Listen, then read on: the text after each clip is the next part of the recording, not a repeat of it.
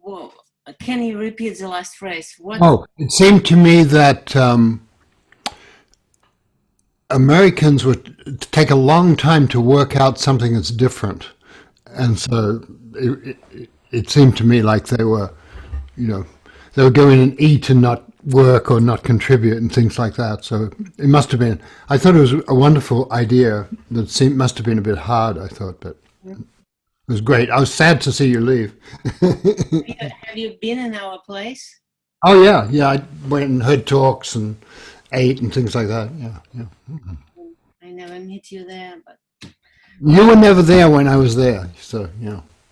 Because I would just stroll in because I was in the neighborhood or something. Yeah. So, yeah.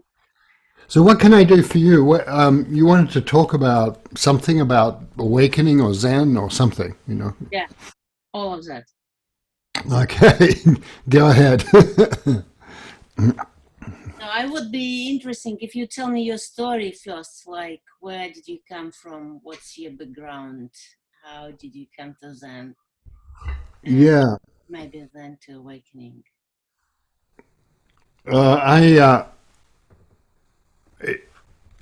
It's not that interesting to me, but I'll tell you, you know. I come from, I'm Australian originally and come from Tasmania, which is the island down south in Australia. Penguins, not crocodiles, you know. So, and so it's colder. And so I come from there, and then I left, and I was somebody who just wanted to find out what are we doing here, what's it all about, things like that. And I had experiences as a child indicating that, you know, mystical experiences of various kinds. And so I went off into I went off into the mainland of Australia and went off into the forests there, and you know, just kind of try to work out how to pay attention and to listen to that thing, you know, listen to the current of life. And then I ran into some Tibetans and studied. Aboriginal Australian you came, or? Yeah, I worked with some I studied with some Aborigines and lived with. You've been grown up as a Western, right? Say again? You've been grown up as in a Western culture. Yeah, very much. Yeah, but I knew, I always knew Aborigines and could tell they had a different thing. And so when I grew up, when I was a teenager, I went and hung out with, lived with some Aboriginal people who were shamans and things like that. You know, and then I studied with Tibetans, and not for very long, but made a real connection with some Tibetans, and then I went and studied. I realized out of all that I just wanted to study Zen Buddhism, Zen koans and awakening and things like that. And so then I went and studied. Can I just ask, Tibetans in Australia? Yeah, there were a couple of Tibetans who were well known on the scene. One of them still alive, actually, still traveling around teaching, you know. And I keep running across people who studied with them. So, you know, but and then I came to I came to the United States to study Zen because I didn't want to do the language thing in Japan, and also Japan culture is it's hard to get into and things. So I studied. There was an American guy whose name was Robert Aiken, he learned about Zen in a prison camp during the war in Japan from a guy who was imprisoned with him, and so then I did the very formal Japanese kind of curriculum of, like, you know, 1,000 koans, things like that, and then I became a teacher and So how many koans you did? 1,000?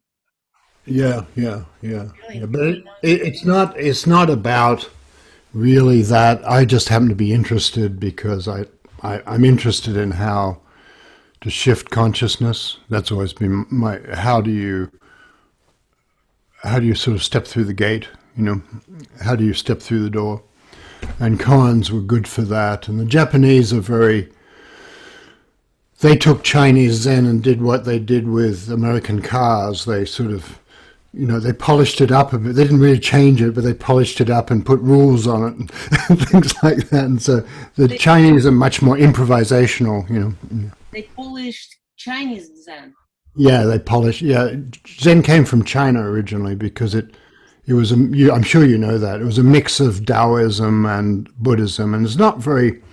Zen is not really Buddhist in some way. It's kind of sort of Buddhist, you know, but it has Buddhist myths and images, but it's really came out of Taoism, which was much more, you know, becoming one with the flow of the universe like that. And it wasn't very... Buddhism, original Buddhism was very much lots of you know, very ascetic. Don't eat too much. Don't live as a hermit in the forest kind of thing. And that didn't really suit Chinese culture very much. And the Taoists were already like, so you could be anything, you could do anything and be a practitioner of Zen, you know, so like that, yeah. And what's your interest in Zen? Because tell me your story. I am part of the group, which is spiritual group in Russia. We kind of call ourselves the School of Fifth Path. Yes, I heard. Yeah, I understand that. Just to let people to understand what we are doing, it's one of the ways to. Sure. Yeah. To call it like that, so we're kind of developing the Gurji tradition. Yeah, yeah. But not only, so we try to like get a holistic approach, so we integrate a lot of things inside. And in our group, it's really important is to unite mind work like rational and irrational.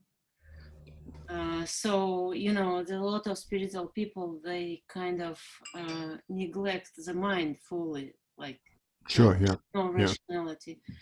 So for us, it's both things is important. And so koans, from my point of view, and Zen and looks in some way similar. So I'm interested in that approach and in koans and in koans as a path to enlightenment. So far I'm asking you. Yeah, I understand. Well, and I run into fourth way people here quite a lot because they're interested in Zen and koans, you know, and so they come study with me, and sometimes they stay, sometimes they do something else, but I don't really I don't know I don't know any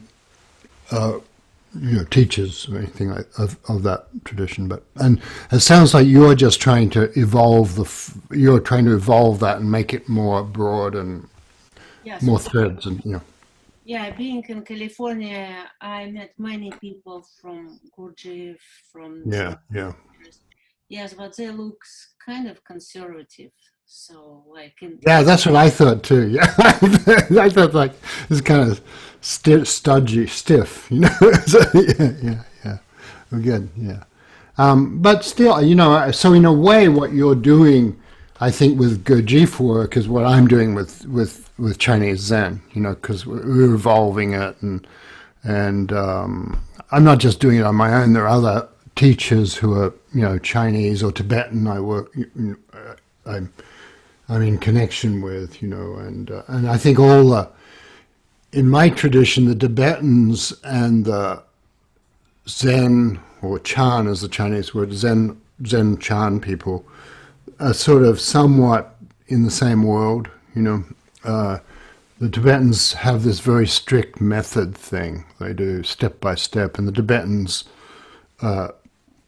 really care about that and focus on that a lot. But when they get to the advanced levels, they throw that overboard, sort of thing. You know, they think of that as an antidote to the poison, and then they have to get rid of the antidote after a while, sort of thing. And so there's a great similarity between the higher levels of Tibetan and koan study, and I imagine you have your own, you're finding thing. I imagine you're connected to other traditions, and so I don't know, but they're the other traditions I connect with mainly are Tibetan and somewhat with Chinese or Japanese or whatever. So do you have any questions? I want to I was very interested that you're using the 5 ranks, which is not that well known, and it's a finishing school kind of set of koans used in the koan tradition, only in the koan tradition. So I was kind of amused to think, oh, you're using it probably the same way we do. So it's kind of funny. Yeah, so actually I wanted to ask you about these models like Fanbooks and 5 ranks. How do you use them? How you use them, and so far? Do you apply it to yourself? Do you apply it to the other people? Well, they used in the tradition. They used right at the end of koan study, and really they're just to have they're a chance to sort of look back over where the journey have come, things like that. And they're a kind of you can tell they're in a kind of sequence, and the last one is very simple and free, and the first one is you're trying to feel your way, so you can feel the difference in the sequence. And I don't know what your translations are like, but they're hard to translate, but and so we've worked on that. But then really the big thing in Zen is like in koan Zen is when somebody has some sort of awakening experience, there's a lot of conversation around that, and there's a whole lot of testing and checking the experience, and it's really how they view the world, what their attitude to the world is. It's not how emotional their experience is, it's whether it's changed their what they think a John or a Tatiana is. After that, it's changed, like that. And so there's a lot of questions of like, how would you explain awakening to a dog, to a horse, to a baby, to a, like that sort of thing. And so there's a playful kind of quality to that. And that would be the first thing. And some people have big emotional experiences, and some people have, they just say, oh, I get it. And they kind of do. And other people say, I get it, but they don't. and so there's a whole way of trying to work with people at that moment when they're starting to open up and see the light and things like that. So, and I don't know what you do, but the Zen pays a lot of attention to that moment of the awakening, And then after that, the koans after that, and so that's all those koans you would have heard of, like, does a dog have Buddha nature, or why did Bodhidharma come from the West, or that kind of thing. And there's it doesn't really matter which one you use, and what is Buddha, 3 pounds of flax, something like that,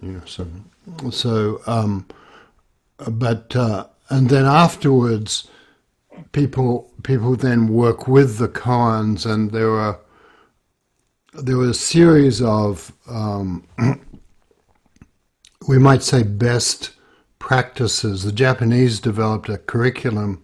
It was based on a Chinese thing, but the Japanese really developed it, and where, you just go through these, at least like 500 to 1,700 koans sort of thing, but it doesn't really matter, because after a while you get what it's about, but it's just trying to saturate you in it. And so they'll give you a koan like, and some of them are impossible sort of tasks, like put out the fire across the river, where you can't get to. And so in some way it's about do you understand you are already that fire, you are already burning, you know, like that sort of thing. And you're expected in some way to understand that you can occupy all situations and all beings, and like, you know, you can be the enlightened master, but also the homeless person, and like that. So there's nothing outside of, you know, who you are, you know, and also the dream life, you know, that you weren't born and you don't die, and seeing that kind of thing. So that those two sides of things, always the Zen calls one the emptiness side, to, you know, to think about it, which is like there's no Tatiana and she's eternal and she's always been here, and then the other one is the other side of it is, well, she's in Petersburg now, and she's, you know, she's Russian and she speaks English, and the other one's a very specific form of things. But in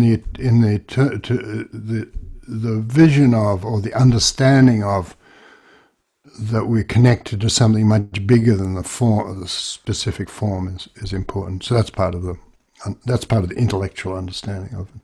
But we expect people to have an experiential feeling for that, you know.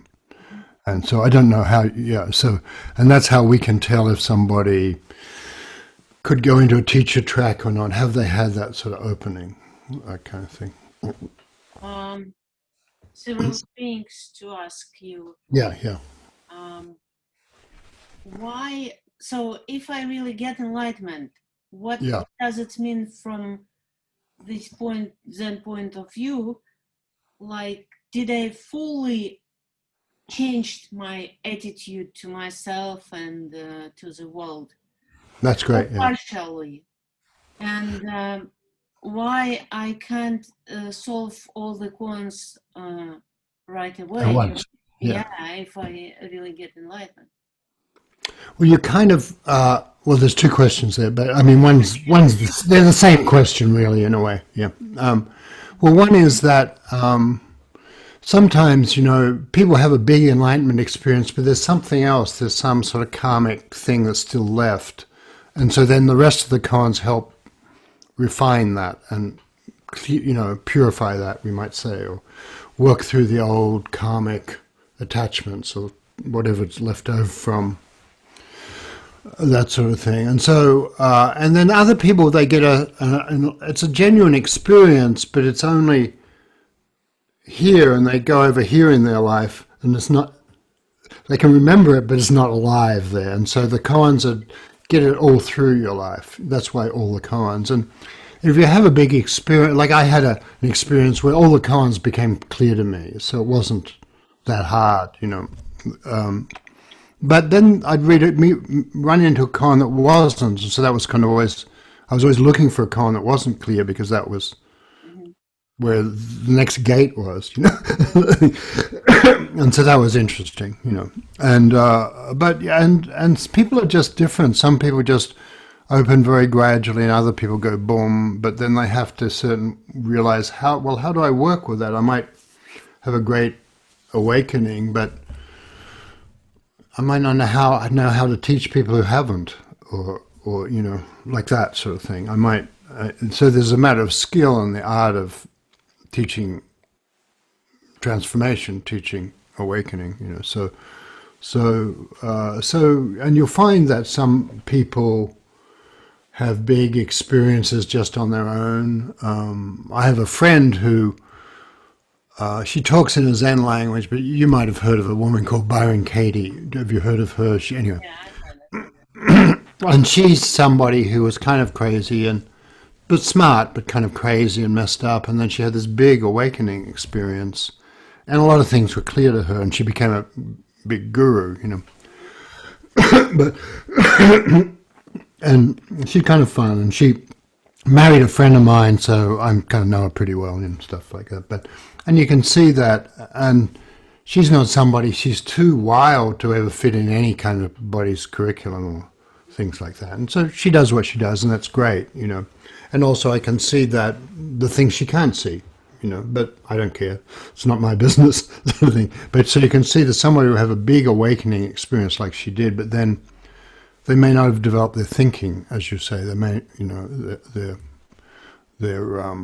they didn't learn how to think about it, and so the things they say might not actually reflect, and even an accurate account of their own experience. You know, so it's come to the first question of mine: how then and you see enlightenment as just an experience of something, or totally permanently changing attitude? Yeah, the number two. Yeah, and the experience, changing your attitude is often really exciting. So the experience will be, but some people it's not. They say, "Oh, I get it." You know, it's not a big, but it's and the Zen is always interested in, did you change your or even your attitude to your attitude, you know, so like that. But did you change your whole way of being and what you think you are? You know, what you think a me is, because that's not so tight anymore. You know, like. And Byron Katie, is she changed her attitude in this way? She changed her attitude, yeah, a lot, yeah. But you know, she still gets. Everybody's got their style, and she gets.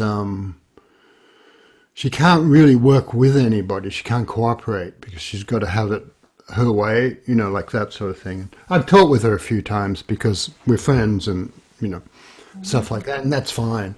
But and I think she's had this great experience, and she's kind of expresses it well. But then she can't really let go. She over controls everything, you know, like that sort of thing. So, and then she worries that other people are taking her work and things like that. So, the kind of thing where if you really awaken, you don't really care about that. You know? So because it takes care of itself. But she's great. I was just using her as an example of somebody who got it without a curriculum, without the usual training. But then she hung around she married a Zen guy. Her book agent was probably who's my book agent, is also a Zen guy, had been in monasteries and things like that. So she got to express herself in a very Zen-like way, you know, although she doesn't really know anything about traditional Zen. You know, and then she hangs around with a lot of people who are Zen, people like that. You know, so, yeah. But so I was just using her as an example of, I'm sure people you run across, like some people, they just have these big experiences because it's there to have, you know. It's like the universe.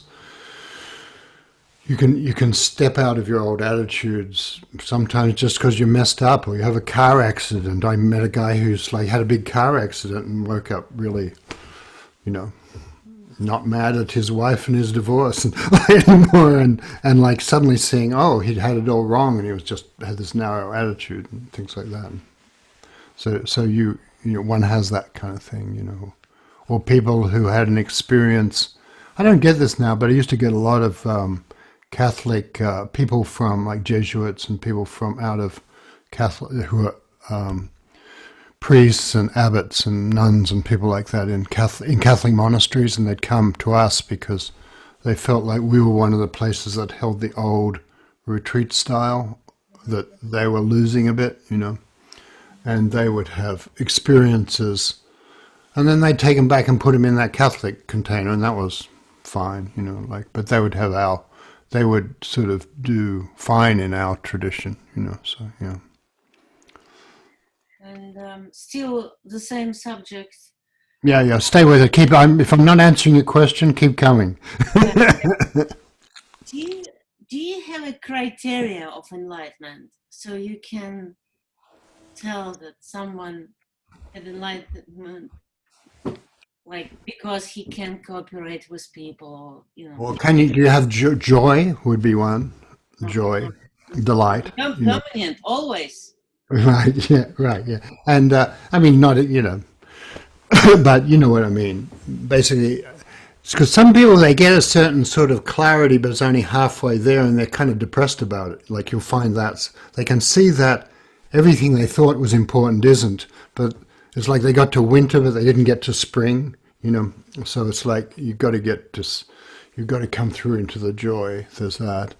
not taking yourself so seriously. That's kind of nice because what's a self? What's a me? It's like if I'm Buddha, then I don't have to worry too much about like being in control of things all the time and things like that. And so not taking little things seriously is a good thing.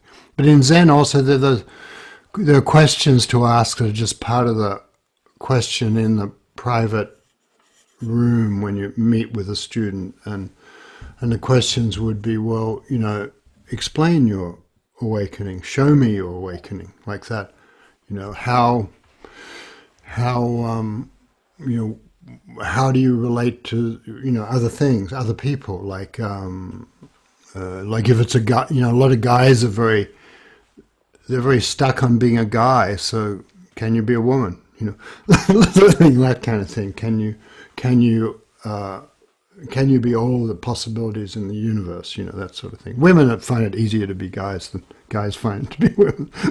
But so the samurai, Zen was a samurai thing, the old warrior tradition, they really emphasize can you change your attitude towards being a warrior, because, being a samurai, because otherwise you get kind of stuck, like that. So a lot of questions like that, and that's what the curriculum's for.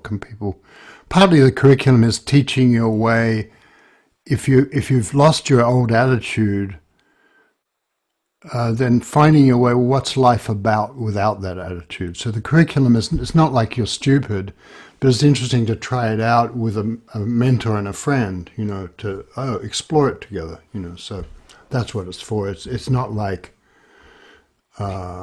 Maybe your experience is deep over here and not so deep over here, but it's really just more like, can you explore what it is like to have had this experience? How does it change everything? Which it does, how does it change everything? So, and then what does it look like? How are you with, death? How are you with, like that would be a big one. How are you with love? Really, like, do you have that warmth, appreciation for people in life, like that? And are you frightened of death? So if you're frightened of death, well, there's nothing wrong with that, but it's not awakening yet.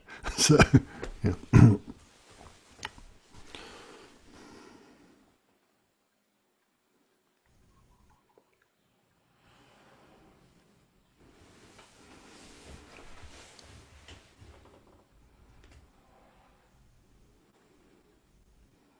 What would be the awakening? Well, here we are talking together. It's in anything. It's in the simplest things. Have tea together. Have coffee together. Like enjoy each other's company. Even on Zoom right now. It's like it's like here. It's always here. It's not over there. That's another way you can tell. Like, is it here? Does the person have it right now? Oh, something happened. Yeah. You stopped for a moment. Oh, well, okay. Does a person have it right now? Like, it's like, is it here? Yeah. Does it happen right now? Yeah. Okay, let's go again to the 5 ranks. Yeah.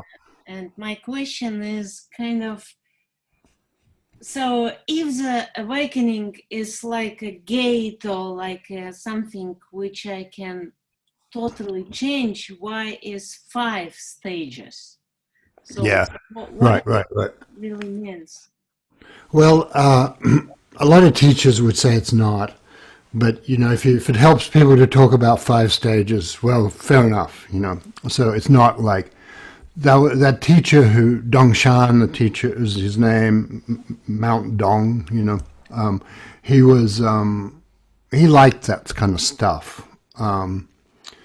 But he didn't. He wrote a lot of things, and often he had different stages. He has a different number of stages. There's a second 5 stages. He has like. 5 stages? Yeah, I'll send them. I'll hang on. I'll dig them up right now. Okay. But hang on. Where are we?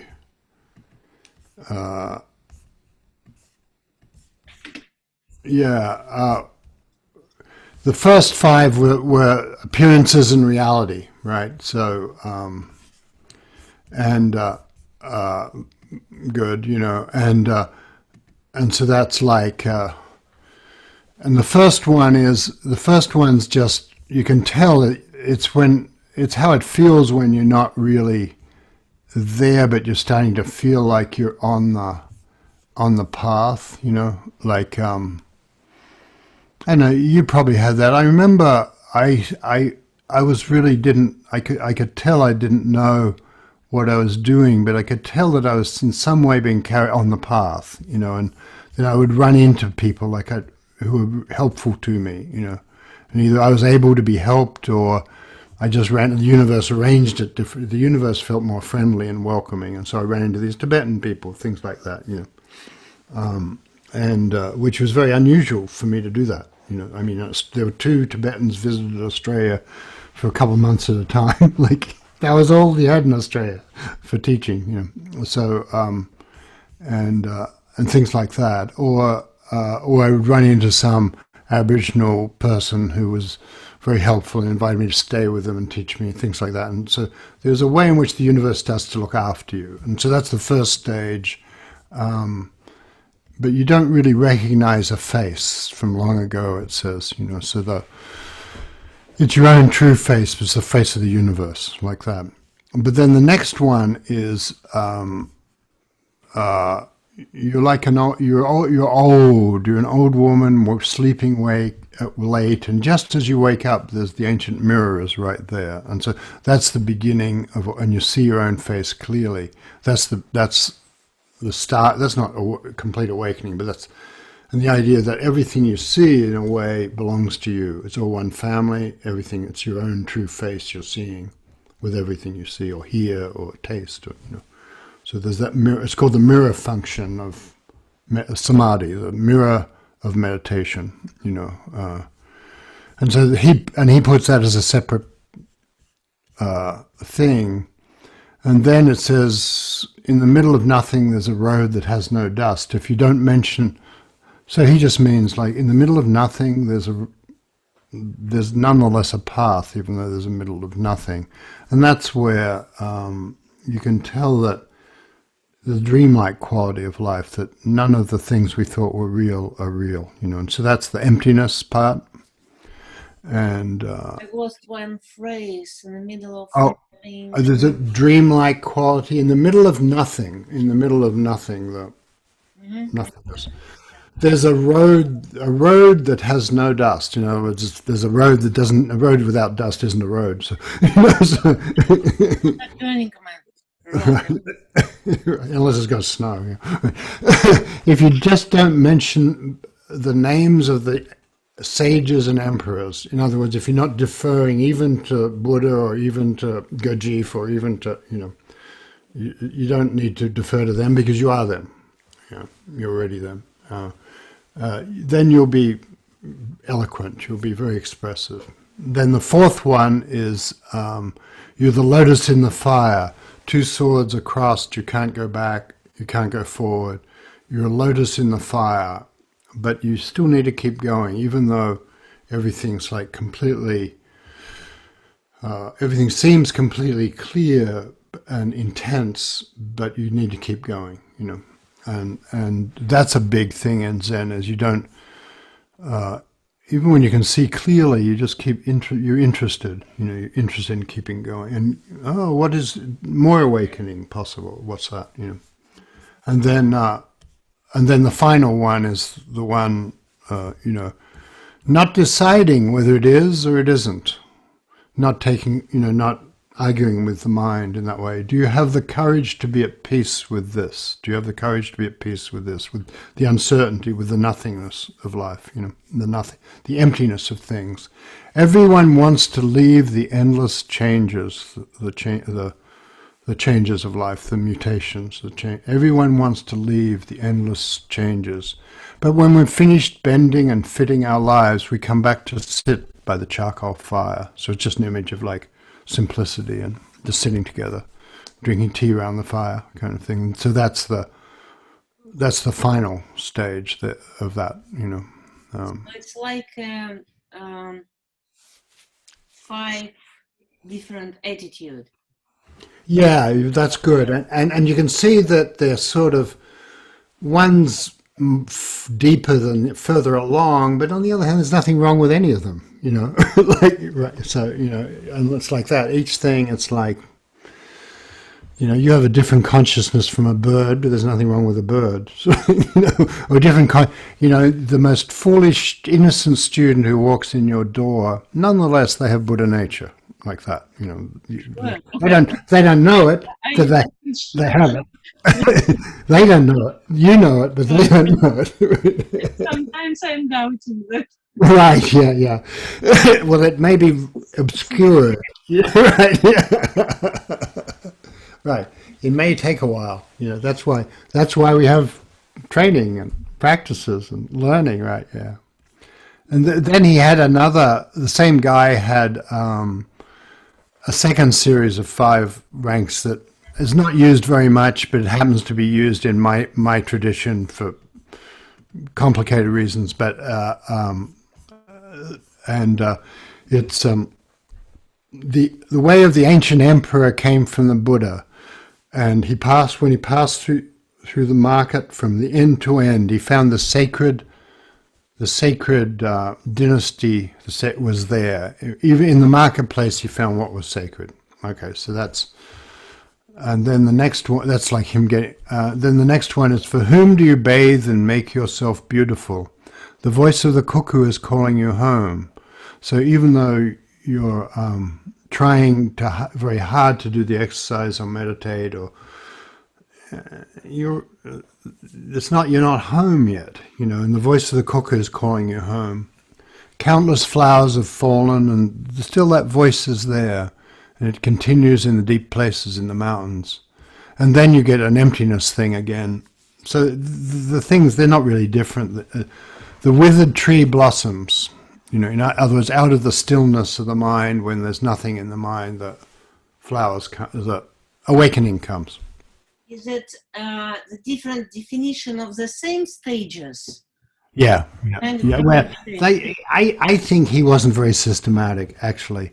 That's, you know, so I think it's really like, if you sit with him yourself, you can see what he meant, and then you can guide students. But I think the first stages are more valuable, the ones that you're familiar with. But then it goes, the withered tree blossoms, and that's the old thing. If you can get people to still their mind, and people are always hungry to get something, and they're reaching for something that they have, you know, and if they stop reaching, they'll have it, you know. There's a koan that goes, somebody says, I'm reaching for the light, please help me. And the teacher says, forget about the light, give me the reaching, you know. And so it's in the reaching, right? Yeah. Even it's in the newest person who comes in, and they kind of got crazy ideas, but it's in them. They don't know yet. So then, you're hidden beyond them. Oh, you ride backwards on a jade elephant. You chase a dragon deer with wings. In other words, everything's kind of this wild quality to it. And now you're hidden beyond mountains without end. A white moon, a cool breeze, the dawn of a lucky day. And then,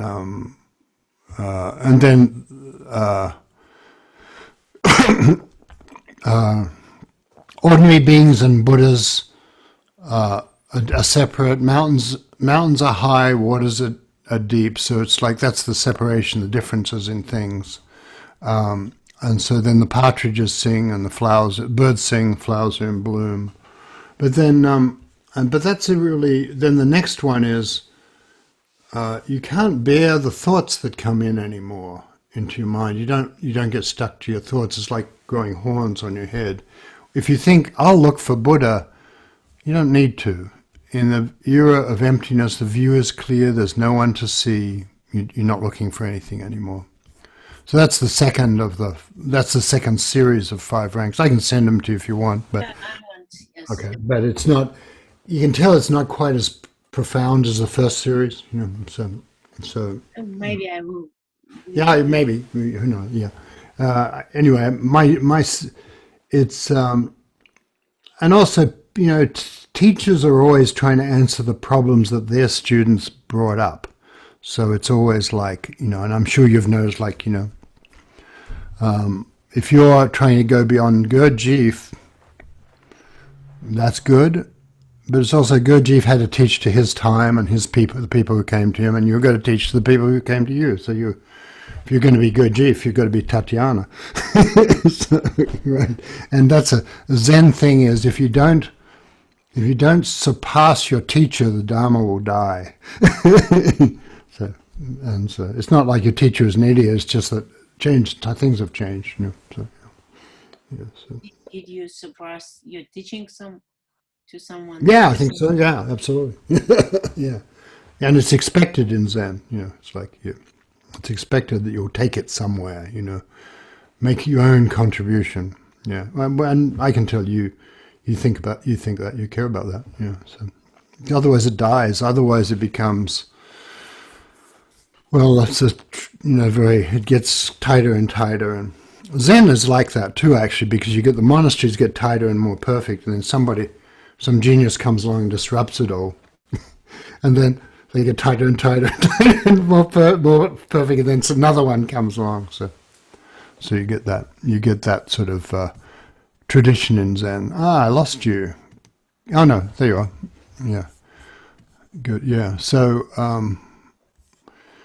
so I don't know. What else? Any other questions or thoughts? Several questions, but just to this point, do you have a formal teaching which you will surpass, or is it just you will check the enlightenment if someone will come and ask you for being you? Well, everybody's got to make up their own mind about that, but what I notice is that the ancient teachers were pretty smart and they kind of got it, but then they had to express it how they did, and we've got to express it how we did. So it's really there's a thing in Zen that how you express it is important, because that's for your time and to your people, and it's not like you've really, in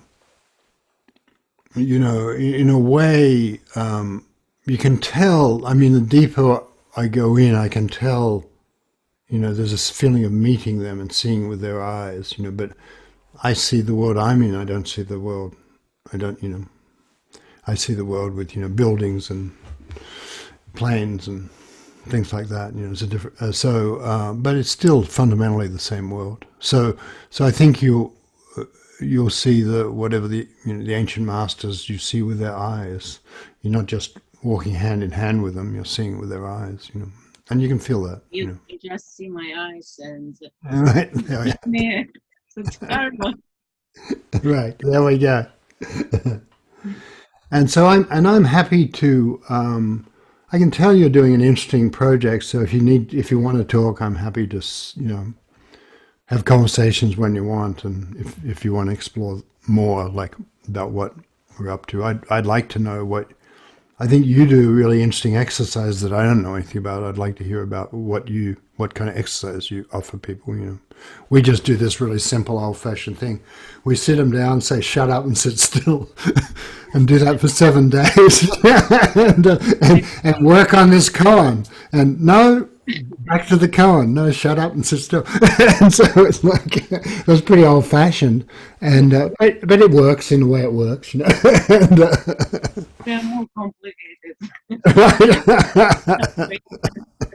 But you can tell there's different ways to do the same project. Really, a fundamentally similar project. So yeah. So One question about koan. Yeah. How will you define koan? That's a good question. The definition means a public example of a dialogue about awakening. That's what it means. It's like a law case, a public example, that's sort of, but really it's a kind, and it is that, and usually it's a kind of, but it's also a bit like a story that, a master might tell that shifts your mind without asking for consent, it starts to shift your, if you start hanging out with a koan or you let it into your heart. And so koans can be used in different ways. Some of them are used just as concentration devices, like and you just repeat it to yourself, as a concentration, and that stills the mind gradually, and then then your mind is not in the way of what's always here. The universe will then start holding you, and out of the silence, that's the image of the flowers come from the withered tree, like that. The mind just gets really still, and then the flowers come. So some koans do that, but other koans are more, the story itself sort of starts to shift you. Nobody thinks, and some of them are really just teaching some of them are telling you how to meditate, some of them, so they're telling you all sorts of things, and some of them are just giving you an example of somebody who really got it wrong, but they don't necessarily, so people like take them very seriously and say, but no, you can tell this one's really dopey. so it was just their stories from the teaching life of the time. Yeah. I understood koan as like riddle. If you know Russian house, we have a riddle on the tables. They've got what? What? Have a like task or riddle where like just let me remember. Like what will happen if you put insoluble sugar in insoluble sugar in the soluble tea. Right, gotcha. Okay, yeah. So yeah, there are kind of, yeah. I was thinking that koan is like some riddles or task problems which has no rational answer. Good, yeah. And so you have to shift your attitude, you have to shift who you are to answer it. And so you can't answer it.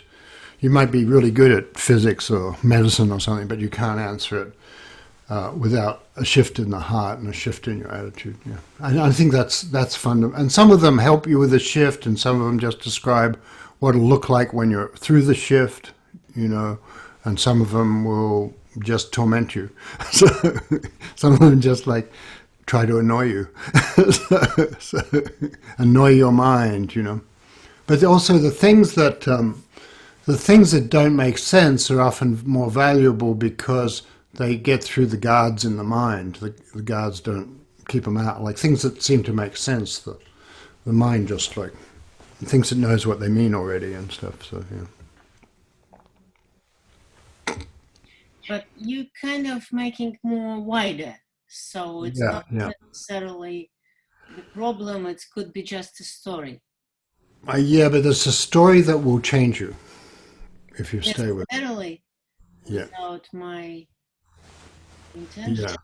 Yeah, because some of the stories will just say, well, somebody was just walking along meditating, they looked up and they saw peach blossoms and they had this big awakening experience, and their whole life they've been unhappy and now they're happy, And that just tells you in some way what might happen, but it's not really, whereas another koan might be much stranger than that, and say,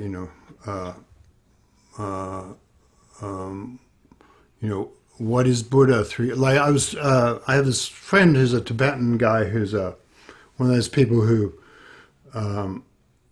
they identify him as having been reborn many times, and he's got this important. They gave him this really good education in India and stuff, and he's used to things that make sense, and then they build up this thing that makes sense, and then they throw it away. So he said, what is Buddha? 3 pounds of flax, 3 kilos of flax. What does that mean? But I could tell it got him, because, so it's not about what 3 kilos of flax is, but if Buddha is 3 kilos of flax, then his idea about how you've got to be very careful with teaching and your mind and everything, it throws all that into question. It throws that up because it's fine if you are very careful and teach well, but also there's this deeper reality where Buddha's in everything. It's in the mountains, it's in the death, it's in, and you're in everything, so. But I can say like it's 5 letters. Yeah, that would be a question. What are the 5 letters? What are the 5 letters? Quick. It doesn't have to. D-D-A. Yeah. Well, but it could also be any 5 letters. Right. Well, I can tell you 5 sounds. Yeah, it could be that too. What are 5 sounds of Buddha? That would be it. So now, so this is what if you're working with someone who's gone through awakening, they won't be frightened of that idea.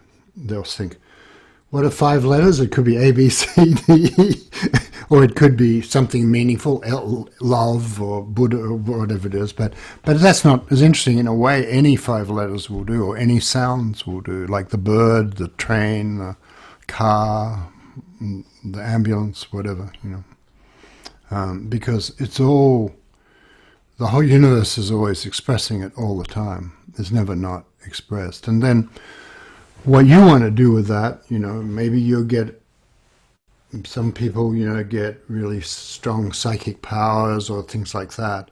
But other people, I don't care. They just want to be free. So it's your style. It's like some people like to run marathons and other people don't. Some people do yoga and other people don't, or whatever. But some people, how the Dharma comes to you, and whether you can read people's minds or not, or things like that. That's not. That's all up to you. Sort of thing. Right. But even to be free, it's kind of gone. Yeah, absolutely. Yeah, beautiful. Yeah, because you can be free in a prison. So yeah.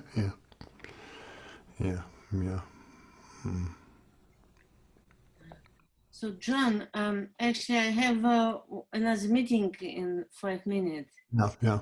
Yeah, but I would be interesting to continue. So if you're willing to. Yeah,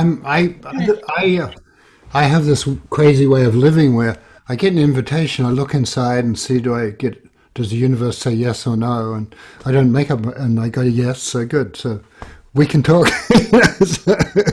So it makes sense to me. So, and as I said, I have a feeling of, I just follow that. I have a feeling of, kind of resonance or a feeling of like harmony, like in that way with what you're doing. And it doesn't have to mean a lot, but I kind of like what you're doing. And so, I'm happy to learn what I can from you and tell you what I know and like that. So, And maybe you also will help me to solve the koan with Russian house, which is very good. still active. Okay. Well, then let's email about when's the next time you want to talk. Just contact me, and thank you very much. Good night.